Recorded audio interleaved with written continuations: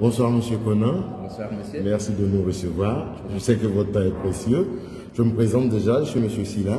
Je suis pigiste pour la page Stop Fake News Côte d'Ivoire. Voilà, on voulait échanger avec vous un peu sur votre vision concernant les fausses informations et surtout l'utilisation des réseaux sociaux par toute la jeunesse de notre pays. On a préparé 5 petites questions rapidement. Je suis à votre disposition. Moi, je salue votre initiative. Je vous remercie. À encourager. Et donc, je reste à votre entière disposition. Merci, Monsieur Conan. Merci, Monsieur Conan. Alors, la première question, c'est, selon vous, quel est le plus grand danger que représentent les fausses informations sur les réseaux sociaux? Pour être très direct, c'est le risque des tensions sociales et des affrontements intercommunautaires. Voilà, on l'a vu récemment avec cette forme de fake news sur la vraie fausse vidéo d'Ivoiriens qui seraient maltraités au Niger. On a vu les tensions sociales que cela a suscité. Donc c'est vraiment l'un des principaux dangers, les risques, les menaces sur la quiétude sociale, sur la paix sociale. D'accord, merci M. Conan. Donc, si ça représente un tel danger pour la quiétude sociale, vous ne pensez pas que le gouvernement doit légiférer dessus? Si, le gouvernement légifère. Le gouvernement a déjà plusieurs mécanismes, en l'occurrence la loi sur la presse, la loi sur la diffusion des fausses informations, la loi sur la cybercriminalité. Voilà, il y a des mécanismes qui sanctionnent les fake news, parce que les fake news englobent beaucoup de choses. Ça part de la diffamation à la diffusion des fausses informations, à l'offense. Voilà, donc il y a des lois qui régissent. Mais est-ce que selon vous aujourd'hui ces lois arrivent à canaliser nos réseaux sociaux? Est-ce qu'elles sont efficaces? Alors, si vous voulez, il y a des lois qui régissent, par exemple, qui sont le vol, le grand banditisme et tout cela, mais les gens continuent de voler, quoi. Voilà, et donc, on ne peut pas dire qu'une loi permettra de mettre fin à une pratique. Voilà, moi je crois en la sanction dans ce sens que la sanction convoque la responsabilité de ceux qui veulent s'engager dans une action. Voilà, après, c'est chacun qui décide s'il viole la loi ou non. Voilà. Je vous remercie, M. Conan, c'est très clair. Et notre deuxième question, c'est les réseaux sociaux. C'est un nouveau moyen de communication. Bon, il n'est plus si nouveau que ça, mais il est vraiment rentré dans l'habitude déjà des jeunes et puis maintenant des jeunes adultes et de tout le monde, mais particulièrement dans le cas de la Côte d'Ivoire. Notre question, c'est qu'est-ce que vous pensez du contenu et des débats qui s'y font? Alors moi, je suis quelqu'un qui encourage de plus en plus les gens à militer pour plusieurs causes, pas politiques. J'ai l'habitude de dire qu'il faut s'emparer des problèmes qui sont les siens.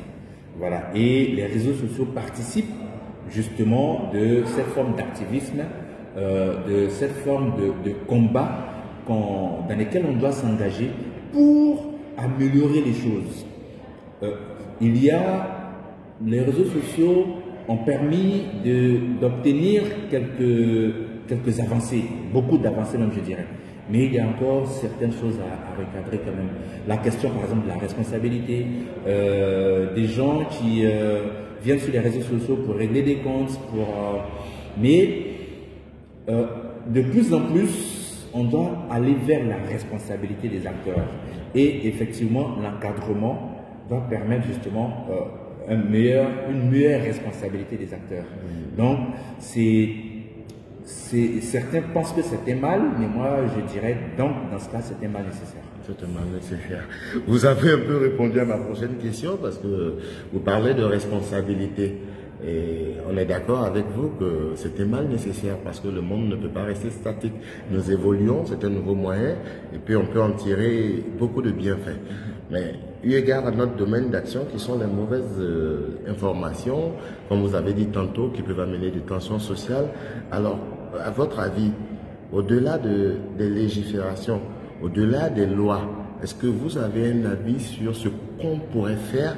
Est-ce que vous avez une autre vision? Parce que légiférer, c'est ce qu'on fait pour tous les problèmes.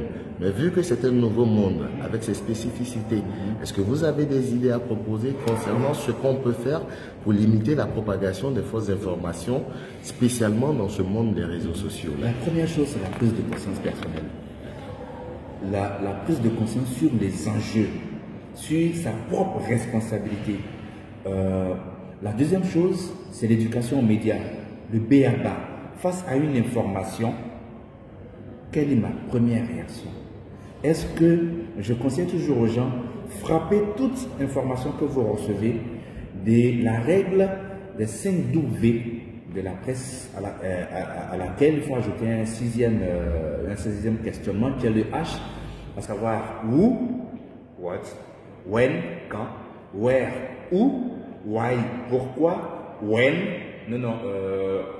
what, quoi, ça fait les 5 W.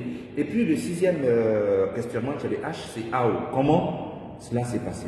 Et donc, face à une nouvelle que vous recevez, tant que certains de ces éléments principaux manquent, il faut tout de suite vous méfier et ne pas partager. Parce que c'est le partage sans vérification, sans précaution, il est dévastateur. Il est dévastateur. Ça dénote des manques de responsabilité, mais aussi des manques d'éducation aux médias. Et donc, moi je milite de plus en plus pour que on puisse inscrire l'éducation aux médias dans les programmes scolaires.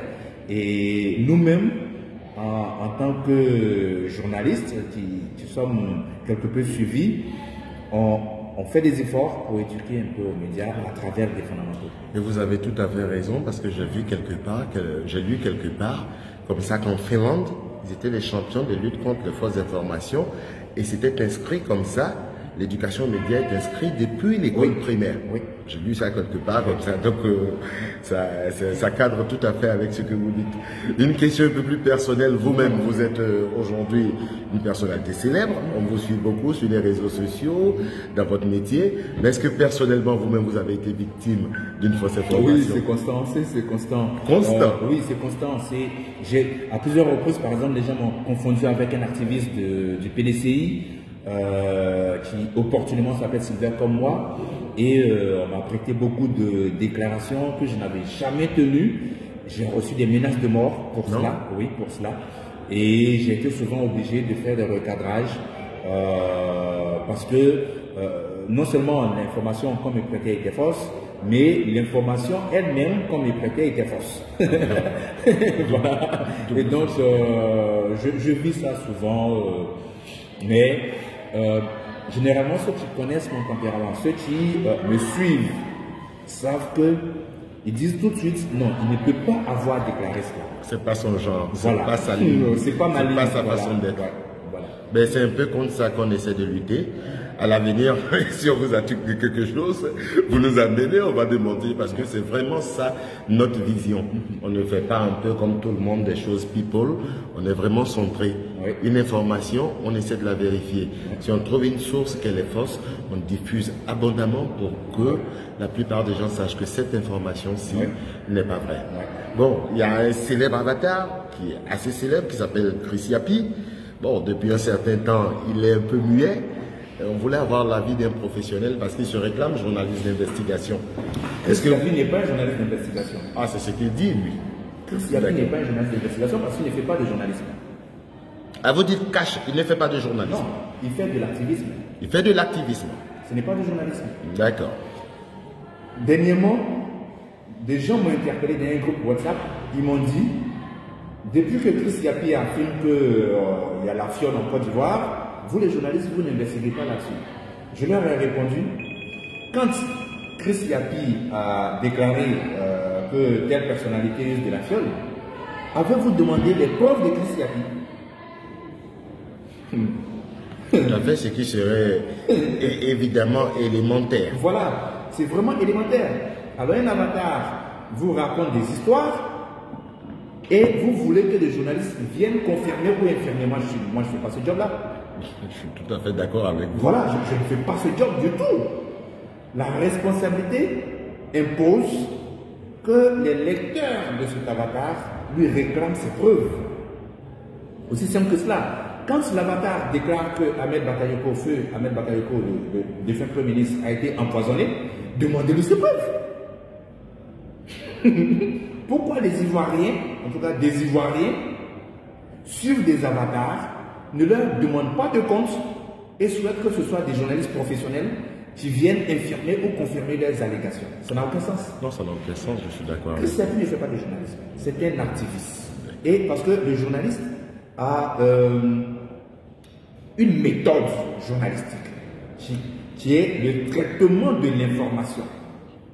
Le traitement de l'information qui consiste à collecter l'information, à vérifier l'information et à interroger les personnes qui sont mises en cause dans cette information, à livrer leur version des faits. Christian fait-il cela? Non. Ce n'est pas du journalisme. D'accord. En tout cas, vous pouvez avoir votre vision. Comme on l'a dit, malheureusement, une bonne partie d'Ivoiriens, je ne sais pas, on est friand d'émotions. On est friand de tout ce qui est spectaculaire. Je crois qu'avec l'aide de professionnels comme vous, il faut se battre, comme vous l'avez dit au début.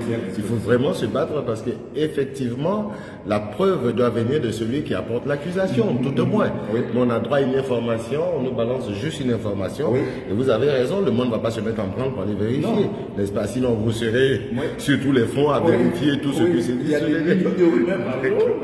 D'accord, merci M. Konan. Pour revenir à l'actualité récente, hein, je dis comme ça, l'ex-président Laurent Gbagbo est de retour après 10 années avec tout ce qu'on sait. Et selon vous, est-ce qu'on va avoir une recrudescence de fausses informations, surtout avec le divorce qui s'annonce, avec tout ce qui s'est dit? Non, pour le moment, en tout cas moi j'observe, je ne vois pas trop de fake news qui tournent autour de cela.